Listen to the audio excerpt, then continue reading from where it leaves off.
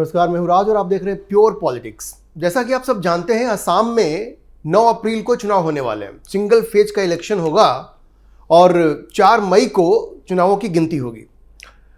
असम का जो सबसे ताज़ा सर्वे है वो ये बता रहा है कि भारतीय जनता पार्टी वहाँ पे इस बार भी ज़बरदस्त बहुमत प्राप्त करने जा रही है।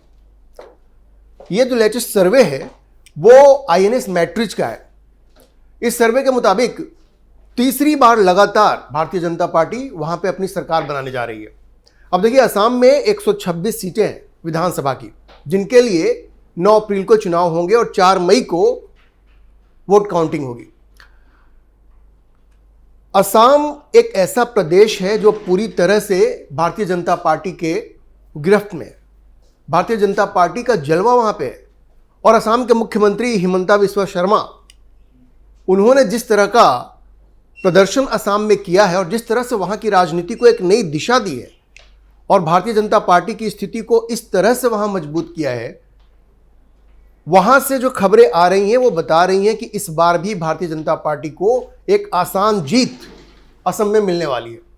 और ये जो INS मैट्रिक्स का सर्वे है, जो सबसे ताज़ा सर्वे है, वो भी इसी तरफ इशारा कर रही है और ये बता रही है कि हिमंता बिस्वा शर्मा के नेतृत्व में भारतीय जनता पार्टी एक बार फिर से वहां सरकार बनाने जा रही है और प्रधानमंत्री मोदी और हिमंता बिस्वा शर्मा दोनों का जलवा आज भी उसी तरह से बरकरार है। अब देखिए, ये जो मैट्रिक्स का ओपिनियन पोल है, INS और मैट्रिक्स का जो ओपिनियन पोल है, उसका ये कहना है कि असम में आज की तारीख में भारतीय जनता पार्टी के खिलाफ कोई एंटी इनकम्बेंसी नहीं है और पार्टी एक बार फिर से सत्ता में वापस लौट रही है। एक कंफर्टेबल मेजॉरिटी है, 126 विधानसभा की सीटें हैं वहां पे। और अगर इस सर्वे की बात करें तो भारतीय जनता पार्टी को वहां 96 से 98 सीटें मिलने वाली हैं। 96 से 98, आप समझ सकते हैं, यह बिल्कुल स्वीप होने जा रहा है, बिल्कुल स्वीप होने जा रहा है। वैसा ही स्वीप है जैसा कि बिहार में हुआ था। बिहार में राहुल गांधी ने वो जितना भी ड्रामा किया था, वोट चोरी का, इलेक्शन कमीशन कॉम्प्रोमाइज्ड है, लोकतंत्र की हत्या हो गई है, लेकिन उसका कुछ असर नहीं हुआ था। वहां 200 से ज्यादा सीटें भारतीय जनता पार्टी गठबंधन ने जीती थी। असम में भी इस बार भारतीय जनता पार्टी का गठबंधन है, AGP के साथ है, और भी पार्टियां हैं छोटी छोटी। तो ये जो गठबंधन है वो 96 से 98, 126 में से 96 से 98 सीटें जीतती हुई दिख रही हैं। आप सोचिए कितना बड़ा मैंडेट भारतीय जनता पार्टी को इस बार मिलने वाला है।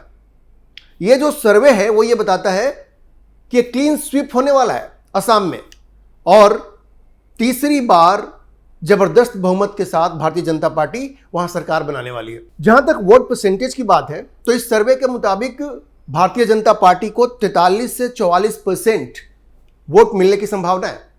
43 से 44% वोट भारतीय जनता पार्टी और उनके गठबंधन को मिलने वाला है। तो ये बिल्कुल आप समझिए कि क्लीन स्वीप तो मैंने कहा ही, एक ओवरवेलमिंग मेजॉरिटी जो है वोटर्स की, वो ये मानती है कि भारतीय जनता पार्टी ही असम में शासन करने के लिए सबसे एलिजिबल और सबसे क्वालिफाइड पार्टी है, अगर इस सर्वे की बात माने तो। जहां तक कांग्रेस की बात है तो कांग्रेस को 39 से 40% वोट शेयर मिलने की संभावना है और उनको 26 से 28 सीटें मिलने की संभावना है। तो आप समझिए कि कांग्रेस का पूरी तरह से सफाया होने वाला है। कांग्रेस की स्थिति वहां कोई सुधरने वाली नहीं है। कांग्रेस को एक बड़ी पराजय का सामना करना पड़ेगा इस बार असम में। और देखिए, चुनाव की घोषणा होने के बाद हिमंता बिस्वा शर्मा ने अपने सोशल मीडिया अकाउंट पे जो पहला रिएक्शन दिया, उसमें उन्होंने कहा, यतो धर्मस्ततो जया, जहां धर्म है वहां विजय है।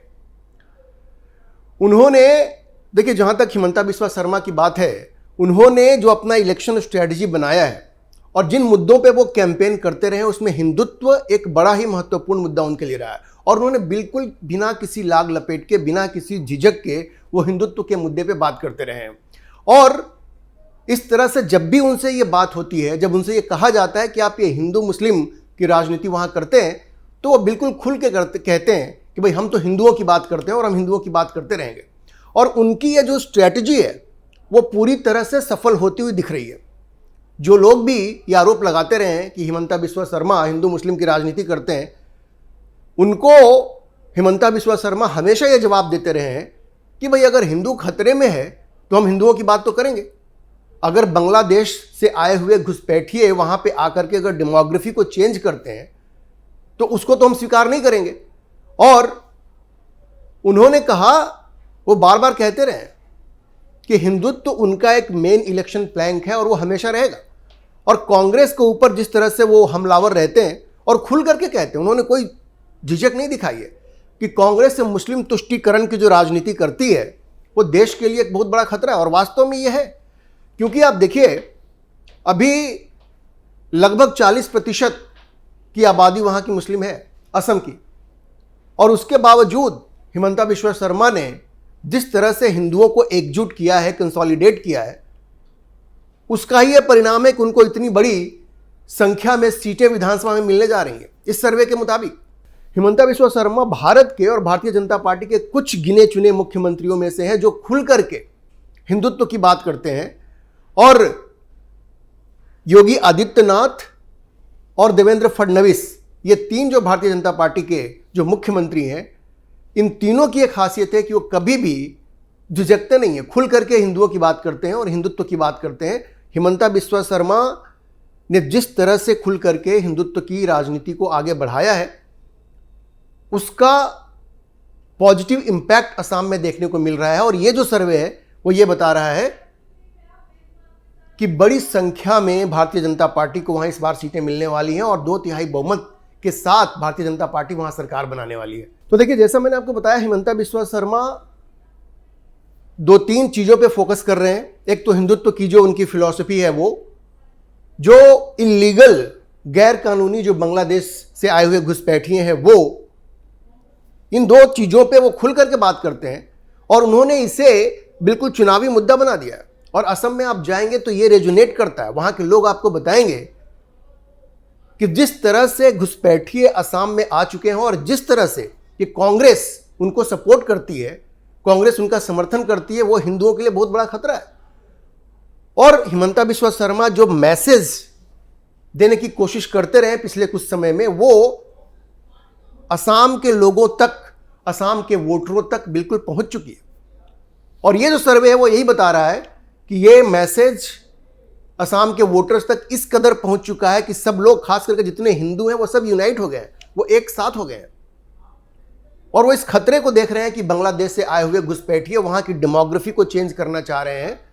और सोचिए, वो एक बॉर्डर स्टेट है, वहां पे क्या हो सकता है? एक बॉर्डर स्टेट पे जब घुसपैठिए इतनी बड़ी संख्या में आ जाए, वहां की डेमोग्राफी को चेंज कर दें, तो देश की सुरक्षा के लिए कितना बड़ा खतरा है, ये आप समझ सकते हैं। तो हिमंता बिस्वा शर्मा ने जिस तरह से इसको एक मुद्दा बनाया है, वो असम में लोगों ने माना कि ये एक बहुत बड़ा मुद्दा है। और अगर उनके मंशा को, घुसपैठियों की मंशा को अगर हराना है तो भारतीय जनता पार्टी को जिताना पड़ेगा। और इसीलिए इस बार भारतीय जनता पार्टी की इतनी बड़ी जीत होती हुई दिख रही है, अगर इस सर्वे को माने तो। अच्छा, हिमंता बिस्वा शर्मा ने एक चीज और भी वहां की जनता को बताया है, लगातार बता रहे हैं कि भाई ये जो कांग्रेस है, ये तो इन्हीं घुसपैठियों के साथ है। ये मुस्लिम तुष्टीकरण की राजनीति वैसे तो कांग्रेस पूरे देश में करती है, लेकिन खास करके असम में, क्योंकि वहां देखिए तकरीबन 40% आज की तारीख में मुसलमान हैं। 2011 को सेंसस को देखें तो तकरीबन 30% है। और अब तो 2011 से लेकर के अब तक 2026 तक ये संख्या काफी बढ़ चुकी है। तो ये जो मुस्लिम तुष्टीकरण की जो राजनीति है कांग्रेस की, उसको भी हिमंता बिस्वा शर्मा एक्सपोज करते रहे हैं। और उसके अलावा जो कांग्रेस के जो मुख्यमंत्री के उम्मीदवार हैं वहां पे, गौरव गोगोई, जो राहुल गांधी के बड़े खास भी हैं, उनका जो पाकिस्तान कनेक्शन है, उनकी पत्नी पाकिस्तान में वो नौकरी की हैं, करती रही हैं, पाकिस्तान में वो सैलरी लेते रही हैं ब्रिटिश फर्म के थ्रू। तो उसको जिस तरह से हिमंता बिस्वा शर्मा ने एक्सपोज किया और ये बताया है कि किस तरह से गौरव गोगोई बिना भारत के सरकार को बताए हुए, बिना जानकारी दिए हुए जाकर के पाकिस्तान गए, वहां पे जाकर के वहां पे रहे। तो ये गौरव गोगोई को जिस तरह से हिमंता बिस्वा शर्मा ने एक्सपोज किया है, इससे कांग्रेस की छवि असम में निश्चित रूप से खराब हुई है। गौरव गोगोई और उनकी पत्नी को लेकर के हिमंता बिस्वा शर्मा ने जो कुछ भी कहा है उसका भी असर इलेक्शन कैंपेन में देखने को मिला है। और ये दिख रहा है कि गौरव गोगोई एक बहुत बड़े लाइबिलिटी बनते जा रहे हैं कांग्रेस के लिए। समस्या ये है कि राहुल गांधी के क्लोज सर्किल में राहुल गांधी को ऐसे ही लोग पसंद है। खुल करके गौरव गोगोई पाकिस्तान की बात करते हैं, पाकिस्तान का समर्थन करते हैं, मुस्लिम तुष्टीकरण की राजनीति करते हैं, और ऐसे ही लोग तो हैं जो राहुल गांधी को पसंद आते हैं। तो इसलिए गौरव गोगोई राहुल गांधी के करीबी बन चुके हैं। और उनकी पत्नी पाकिस्तान में जाकर के उन्होंने जो कुछ भी किया है, जो कुछ भी गुल खिलाया है उन्होंने वहां पे, उसके बावजूद, तमाम प्रमाण होने के बावजूद राहुल गांधी गौरव गोगोई को आंख बंद करके समर्थन कर रहे हैं। और कभी उन्होंने कहा भी नहीं कि जो आरोप आपके ऊपर लगा है उस पर आप सफाई दीजिए। गौरव गोगोई ने आज तक कोई भी संतोषजनक सफाई नहीं दी है।